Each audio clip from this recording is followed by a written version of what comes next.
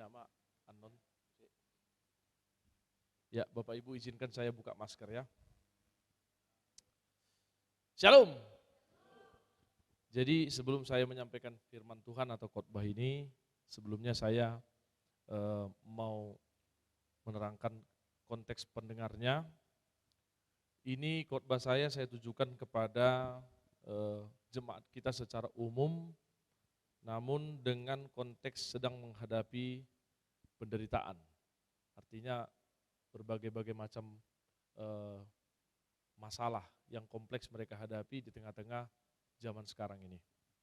Jadi baiklah Bapak Ibu, saudara-saudariku, saya akan memulai khotbah ini.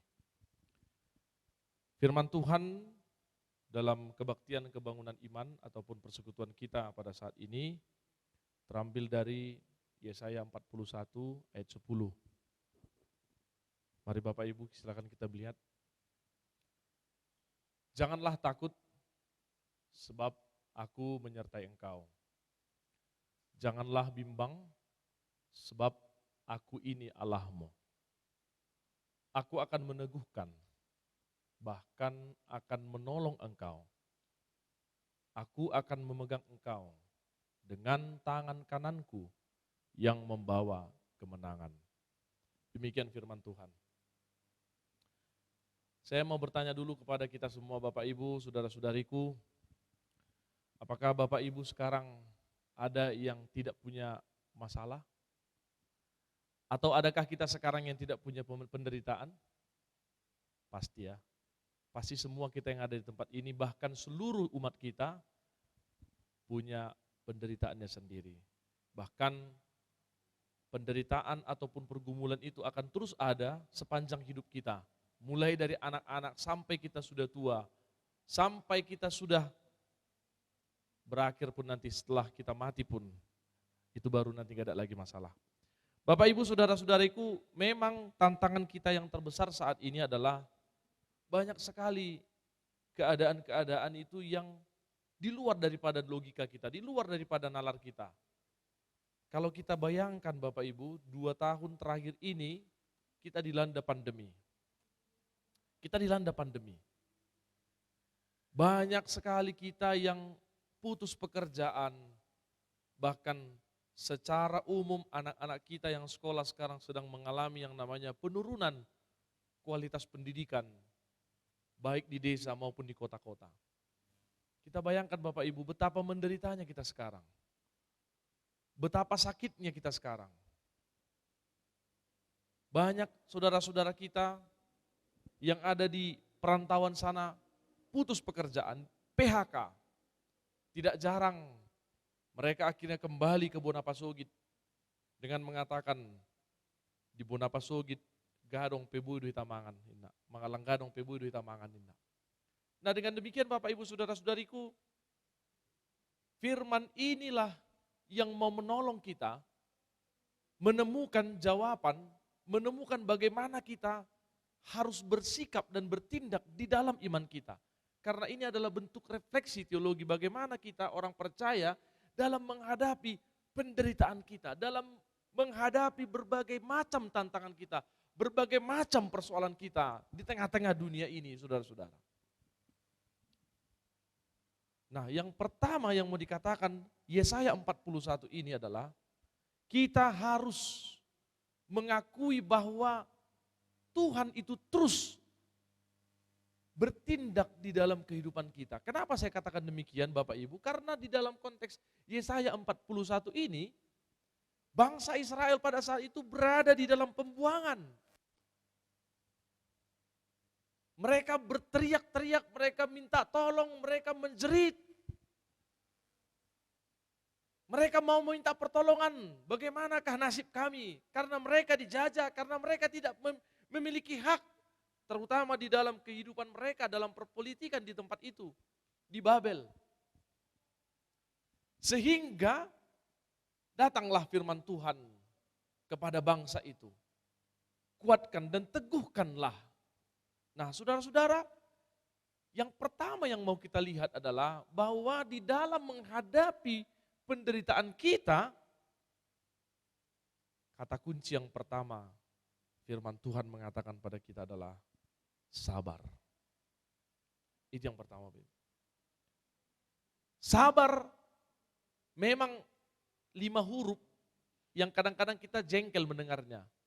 Kadang-kadang ketika kita cerita sama kawan, songonon katanya gitu kan, bercerita, begini penderitaanku, begini masalahku, begini sekarang suamiku, begini sekarang anak-anakku. Terus temannya itu hanya mengatakan, sabar madah, sabar ya. Kadang-kadang kita mengharapkan teman kita yang kita ajak curhat itu mau mendukung yang dalam hati kita ini. Mengatakan, iya cocok itu, hajar suamimu itu, hajar itu istrimu itu gitu ya. Tetapi ketika kita mendengarkan jawaban yang 5 huruf ini, kadang-kadang kita sendiri gak sabar gitu. Sabar madah katanya gitu, tapi kita gak sabar Bapak Ibu. Ya. Nah bagaimana kita Bapak Ibu saudara-saudariku menghadapi realita ini, keadaan ini? Sabar katanya kan. Berarti kita harus mampu memanajemen diri kita, memanajemen emosi kita. Ya. Bagaimana cara manajemennya? Kita harus pertama sekali membuang yang namanya rasa cemburu, rasa iri hati. Ini sebenarnya bibit-bibit yang tidak mengenakkan. Sehingga kalau kita cemburu, itu akan terus mendorong kita untuk tidak sabar. Kenapa? Saya contohkan begini Bapak Ibu ya. Jadi biasa itu dalam kehidupan bertetangga, apalagi kalau dia tinggal di komplek perumahan itu ya. Nah, kadang-kadang matanya melihat tetangganya, sebentar datang pick up, bawa kulkas. Tetangganya kulkas baru, gitu ya. Kemudian dia lihat lagi ada tetangganya punya barang baru, sepeda motor baru. Kemudian pusing. Dia panggil anaknya. Ucok, sini dulu katanya kan. Rojom, pergi dulu belikan dulu Paramex katanya. Karena apa? Karena udah sakit kepalanya. Dang tartaun nabe mamering dongan nanam berta-beta bartana. Itu iri, itu cemburu. Dia gak bisa berdamai dengan dirinya. Dia tidak bisa menerima keadaan dirinya. Sehingga dia dan dirinya sendiri yang tidak bisa berdamai itu membuat dia menderita. Bapak Ibu. Nah oleh karena itu marilah sekarang kita mencoba untuk belajar bersabar. Apa penderitaanmu misalnya? Ya. Nah kemudian Bapak Ibu berserah sepenuhnya pada kehendak Allah. Nah di sini kadang-kadang kita sulit Bapak Ibu karena ini pikiran kita kan bekerja terus ya. Sementara ada kalanya kita harus mendiamkan dia. Kita harus memberhentikan dia dalam mengolah pikiran ini tadi. Itu sebenarnya dibutuhkan waktu yang berkualitas untuk istirahat. Waktu yang berkualitas untuk menenangkan diri. Sehingga dengan ketenangan itu kita mampu untuk mencoba untuk mendengarkan apa kehendak Allah dalam hidupku. Apa maksud Tuhan dalam pergumulanku ini? Apa maksud Tuhan dalam masalah yang kuhadapi saat ini? Nah kita sering tidak bisa memahami bahwa sebenarnya masalah yang kita hadapi ini ada maksud Tuhan di dalamnya. Dengan adanya pandemi COVID-19, apa maksud Tuhan dalam pandemi ini?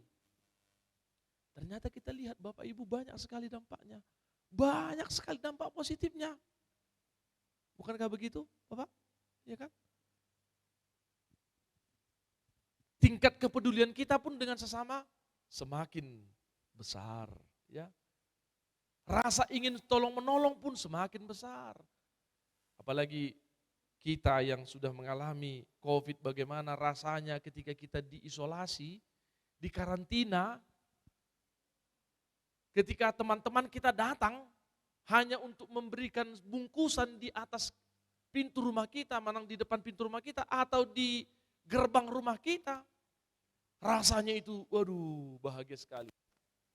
Nah, dan kita juga akhirnya terdorong untuk melakukan demikian kepada teman-teman kita itu, kepada saudara-saudara kita itu. Nah, di sini Bapak Ibu, kita harus bersyukur kadangkala. Walaupun sebenarnya kita tidak mensyukuri COVID datang atau kita tidak dengan sukacita juga karena COVID datang, tapi ya akhirnya ada hikmah.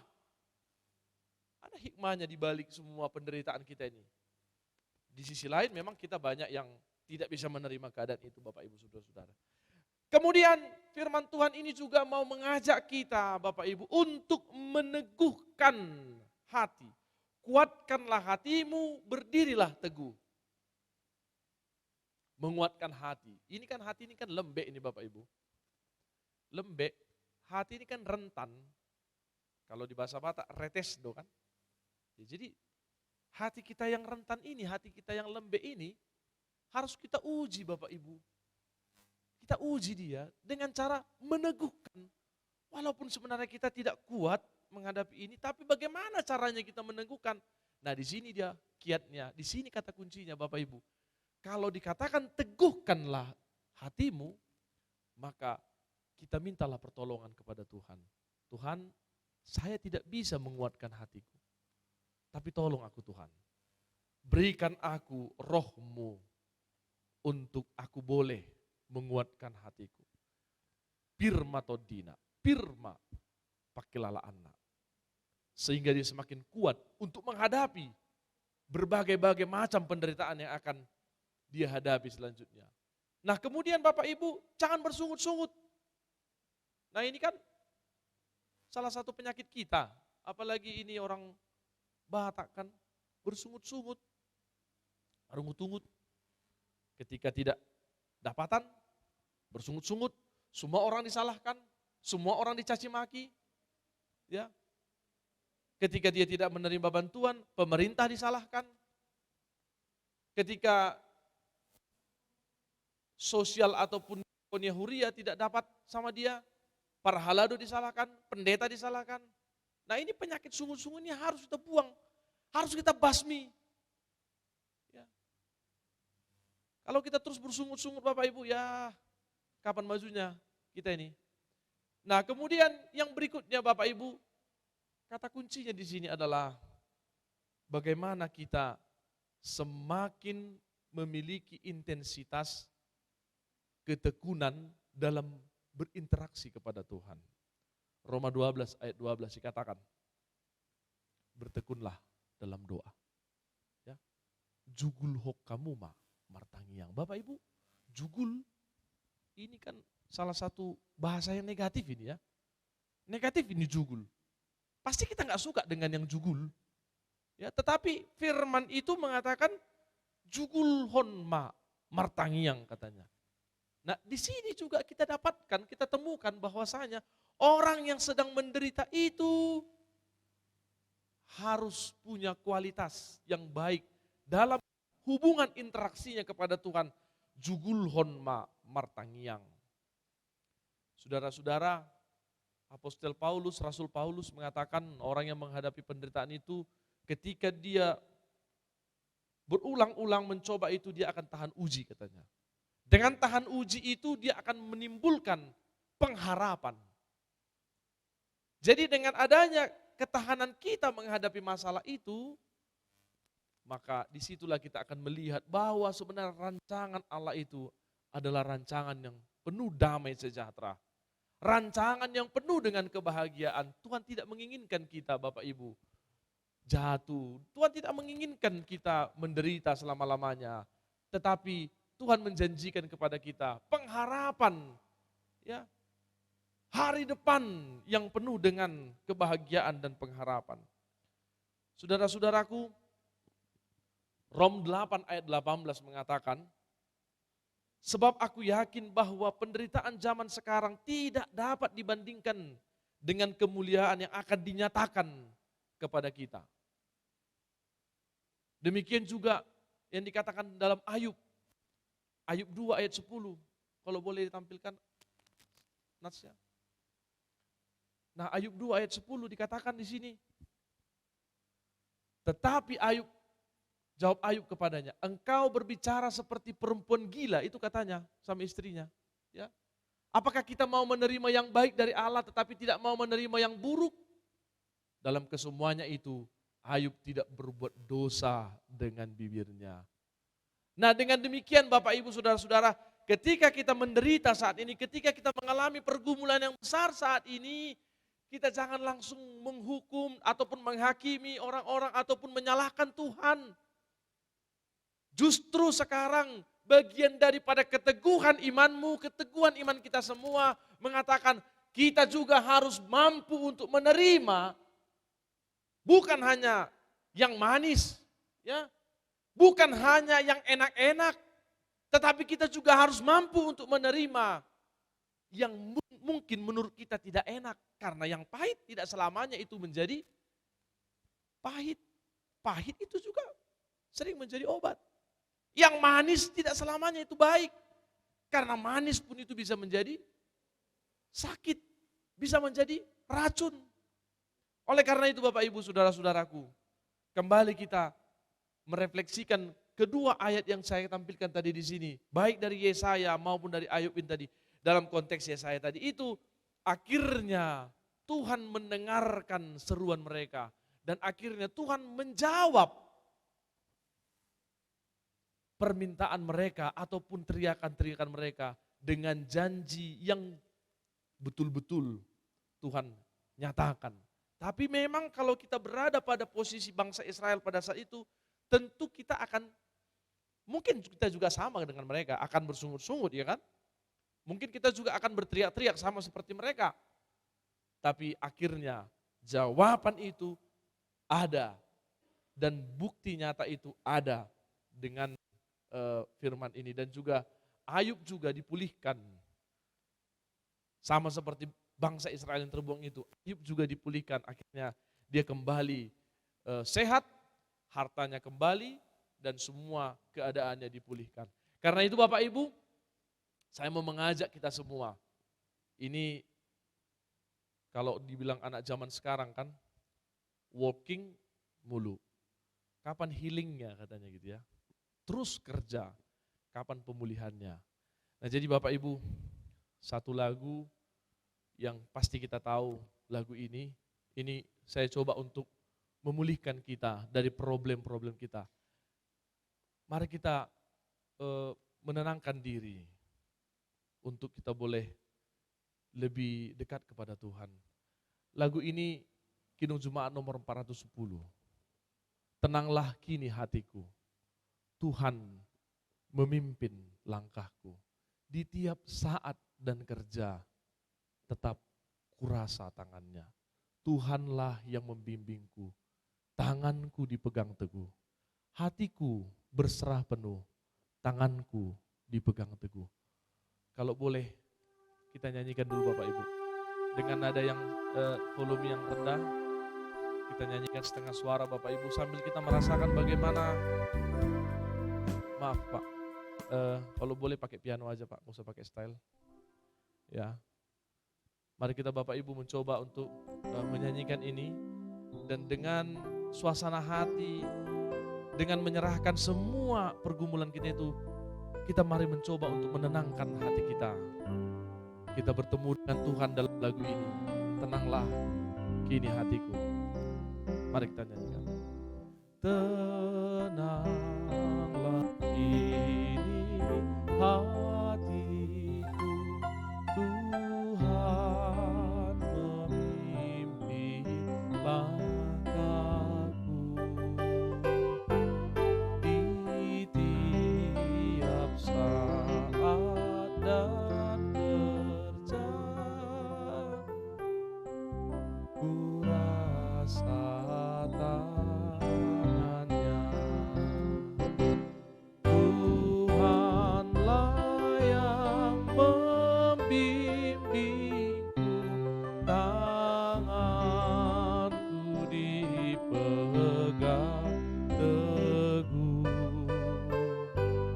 Hatiku berserah penuh, tanganku dipegang. Dengan lembut kita menyanyikan sekali lagi Bapak Ibu sambil kita menutup mata, sambil kita menyerahkan diri kita pada Tuhan. Boleh dikecilin volumenya Pak. Tenanglah kini hatiku,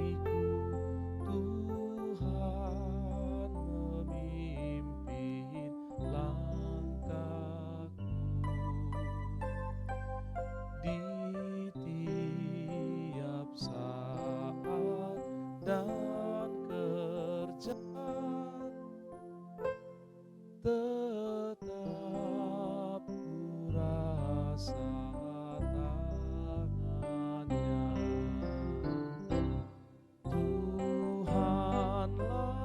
yang membimbingku, tanganku dipegang teguh, hatiku berserah penuh, tanganku dipegang teguh. Tuhanlah yang memulihkan kita, Tuhanlah yang memberkati kita. Amin. Shalom.